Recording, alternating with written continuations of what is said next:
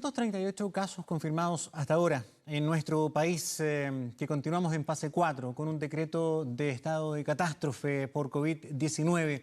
Queremos hablar más sobre esta pandemia, qué va a cambiar, qué medidas se pueden tomar. Estamos en contacto con el doctor Carlos Rivera, jefe de urgencia de la Clínica Universidad de los Andes. ¿Cómo está, doctor? Gracias por acompañarnos.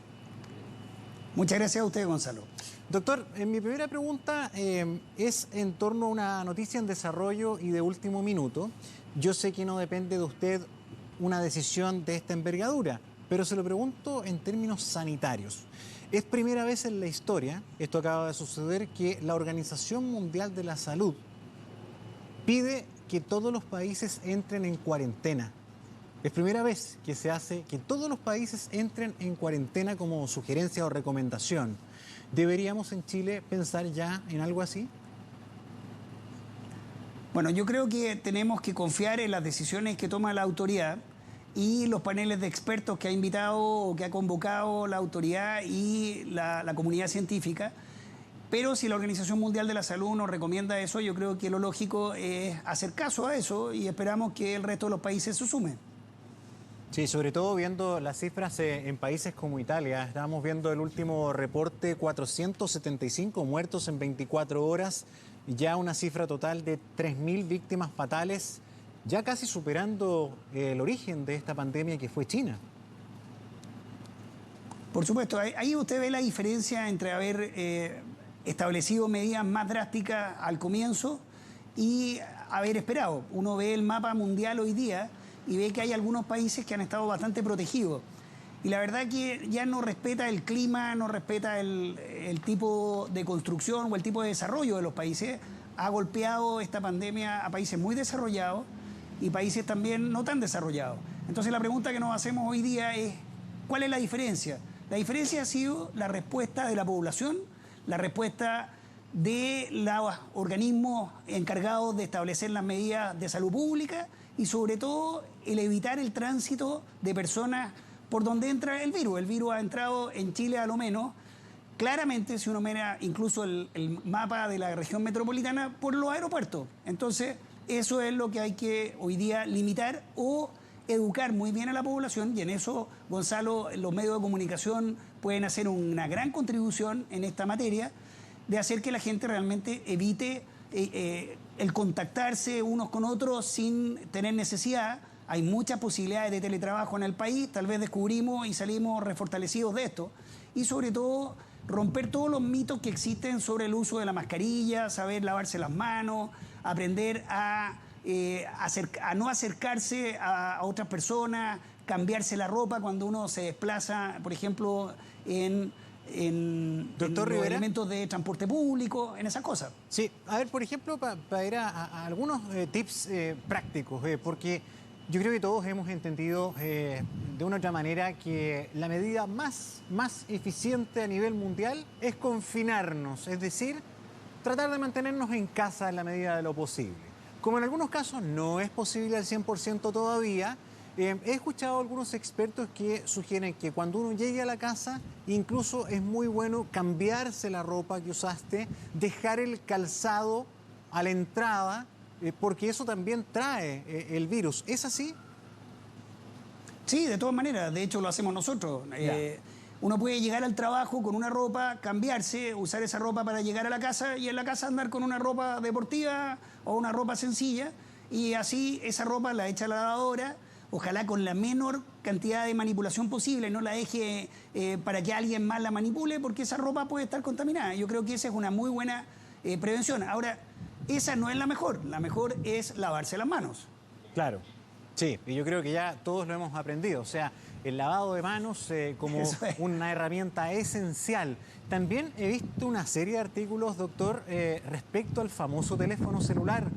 Resulta que después de las manos, el aparato que estamos más tocando durante el día, incluso hay una estadística que dice que por lo menos, mínimo, 70 veces al día una persona toca el teléfono celular. Por lo tanto, se recomienda por lo menos 3 veces limpiarlo con algún elemento de higiene, por ejemplo, un poquito de jabón gel o algo así. ¿Es tan relevante el tema del teléfono? Yo creo que sí, sobre todo, Gonzalo, que tiene que pensar que ahora la gente está en la casa, tiene más tiempo libre y el celular es lo único que nos mantiene conectados. Muchas personas es su forma de comunicación, es su vía de trabajo. Mucha gente está trabajando hoy día en su casa o se está comunicando con sus seres queridos, con su familia, con otras personas que están en cuarentena. De modo que el teléfono es nuestra preocupación hoy día y también nosotros hacemos lo mismo en los hospitales y limpiamos el teléfono, tal como usted dice, lo más seguido posible. Doctor, a ver, ¿cuáles deberían ser los primeros síntomas que nos indiquen algo sospechoso?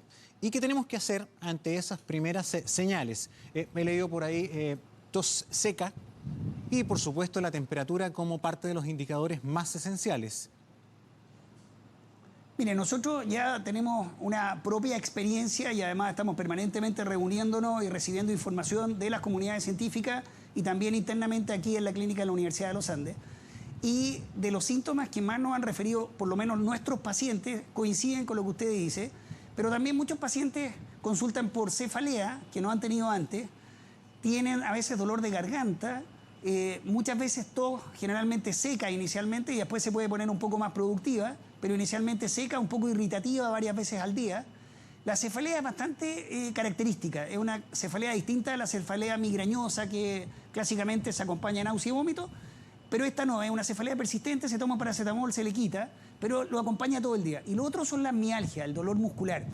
Si eso ocurre y usted tuvo algún momento de contacto con alguien que sea sospechoso o que haya sido un caso confirmado, sería bueno consultar a un hospital, pero ahí es bueno también seguir las indicaciones de la autoridad sanitaria porque eso va cambiando en la medida que ya llegamos a una etapa muy avanzada. Tal vez es mucho más costo efectivo quedarse en la casa y asumir de que estoy contaminado. Es que eso le iba a preguntar. Hasta el momento todavía la recomendación es ir. Sí, ¿cuál es el momento de partir al hospital o al centro de salud o a la clínica? Porque, claro, en una de esas, como todos empezamos a sugestionarnos, es cierto, o sea, como que a todos de repente nos empezó a picar más la cara o empezamos a sentir escalofríos, porque es tanto lo que estamos hablando de esto que me imagino que hay un factor psicológico en todos nosotros que también comienza a aflorar. Entonces, ¿cuándo es bueno ir a un centro de atención considerando la alta demanda, que a lo mejor me voy a arriesgar más, o en fin? O sea, yo creo, Gonzalo, que hoy día la población tiene que ser súper responsable. Si ellos pueden hacer una cuarentena, es mucho más costo efectivo hacer una cuarentena de hecho. O sea, de facto. Usted tiene esos síntomas, asuma que está enfermo y quédese en la casa. Eso es como lo más razonable. Especialmente si los síntomas son leves. Ahora, si esos síntomas son más importantes y sobre todo si aparece ahogo, o usted tiene más de 65 años, tiene alguna enfermedad pulmonar crónica, es diabético, es fumador, es obeso, en ese caso, de todas maneras debe ir a un centro asistencial porque esta enfermedad se puede complicar.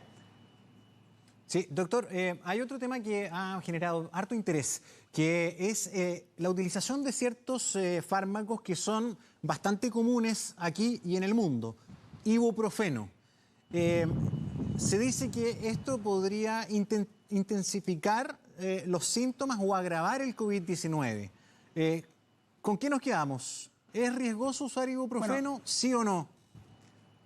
Bueno, hoy día lo que dice un panel de expertos, British Medical Journal, que es una revista científica de renombre mundial, el día de ayer publicado en línea, los expertos concluyen de que sí es razonable suspender el uso del ibuprofeno en estos casos. Ahora, para los otros antiinflamatorios la verdad que no está demostrado. Todas las comunicaciones se basan en pequeños reportes, que otros reportes en cambio hablan de su seguridad.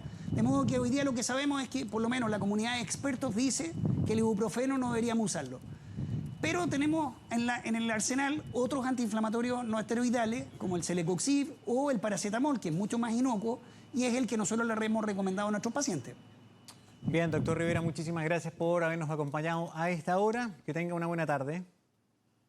Muchas gracias, Gonzalo.